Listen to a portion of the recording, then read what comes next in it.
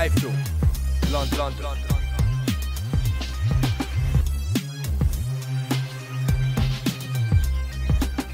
iFILM, London.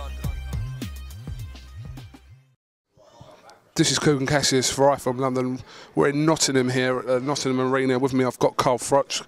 Cole, people saying boxing, a lot of fighters avoid a lot of fighters in their division. No one can say that about you.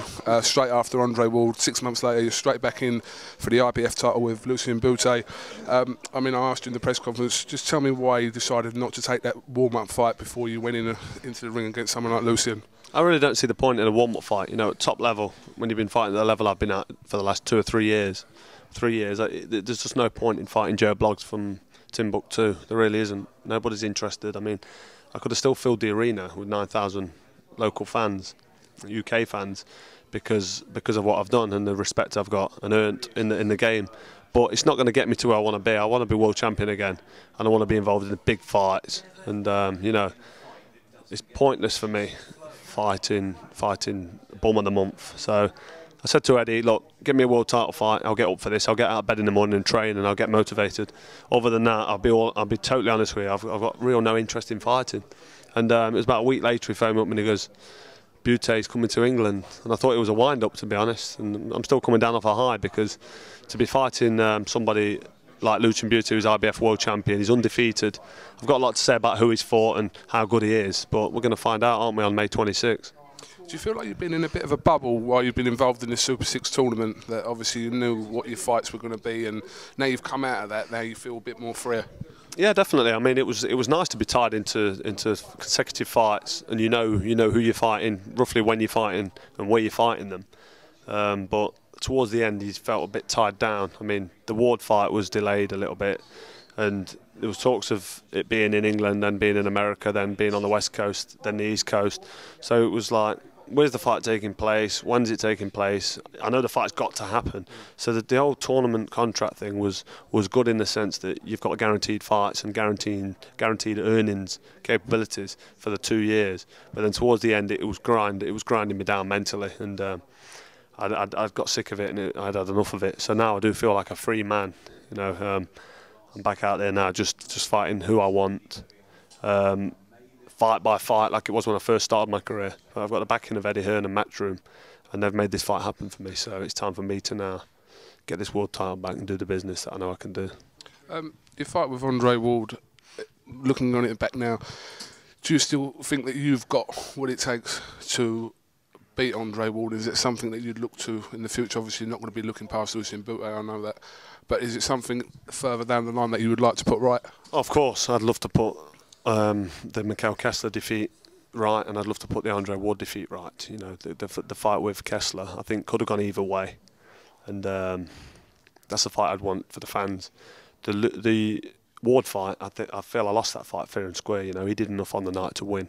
He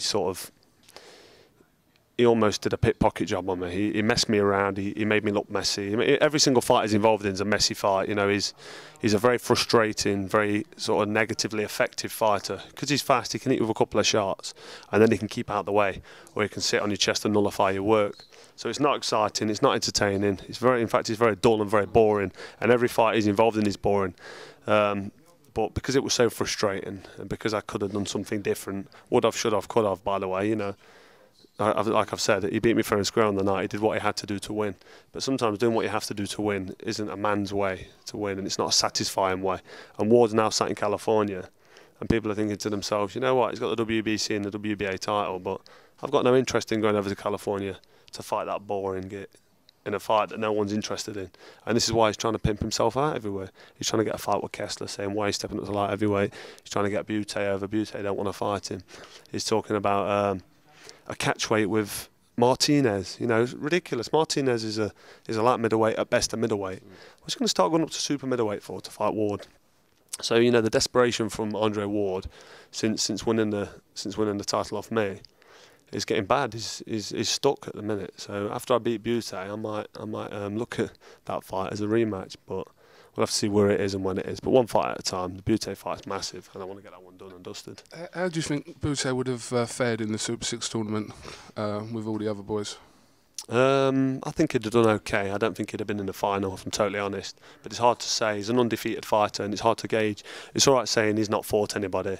He's rubbish. You know, and I can be quoted as saying he's not very good. He's overrated, because he is overrated, because you can't rate somebody if you can't compare him to the. He's not fought Mikkel Kessler or Jermaine Taylor or Andre Durrell or Andre Ward or pretty much all the fighters that you fought. Exactly, all top level fighters. I mean, he's fought a Brian McGinn, he's fought a Glencoff Johnson. Them two fighters both deserve respect and are decent fighters, but he's not fought anybody in the top 5 in the world who's live, who's hungry, who wants it.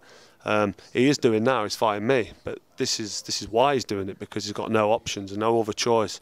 He's got to fight somebody, and he's thinking, you know what, Carl Froch is coming off a loss. Maybe I can beat him. He's got the safety net of a rematch clause in his contract, so you know, after he gets whooped here in Nottingham, and let's not forget he's getting whooped in Nottingham, he's got the safety net of knowing that I've got to go over to Canada and do the same again, which I'm more than happy to go and do. But he's thinking to himself, well, you know, if I drop a points decision in Nottingham, at least I've got the rematch in Canada, and that's partly one of the reasons why he came over. That and the fact that he's got no interest in fighting the boring guy I was talking about earlier, Ward.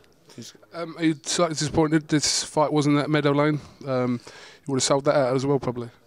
Yeah, I mean, we looked at all options, and we're still looking at options, but it looks like it's firmly set here for the Capital FM Arena in Nottingham. And to be fighting in an arena as opposed to at a stadium, it's better atmosphere. You know, the noise bounces off the roof and comes back into, and it's just unbelievable. Like the Kell Brook fight with Hatton at the weekend, it's very, very noisy. The atmosphere is just electric. So I'm happy that it's at the arena rather than the stadium. But if we can sell the stadium, then you know, I think we should, and I think these tickets are going to go really, really fast. I mean, the response we're having already is fantastic, and it's you know, it's showing the credit and the respect that I've got and what I've built up over the last 3 years, and since being with Eddie Hearn from Matchroom, the sort of profile and publicity that I'm getting has taken me to that next level, and it's fantastic.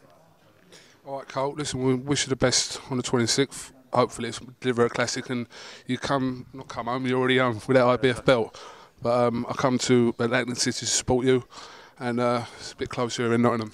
Yeah, definitely. You're like I don't know if you're a good luck charm or a bad luck charm, but you're always there when I look around. There you are. So yeah, get yourself down in Nottingham. Good luck charm. Let's call it a good luck charm. Yeah, let's do that, shall we? Right, you've been called there anyway. Pleasure. Thank you very much, Carl Froch, right from London. Thank you very much. iFILM, London.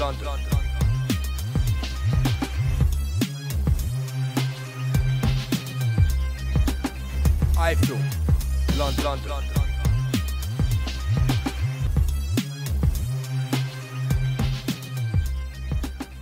iFILM, London.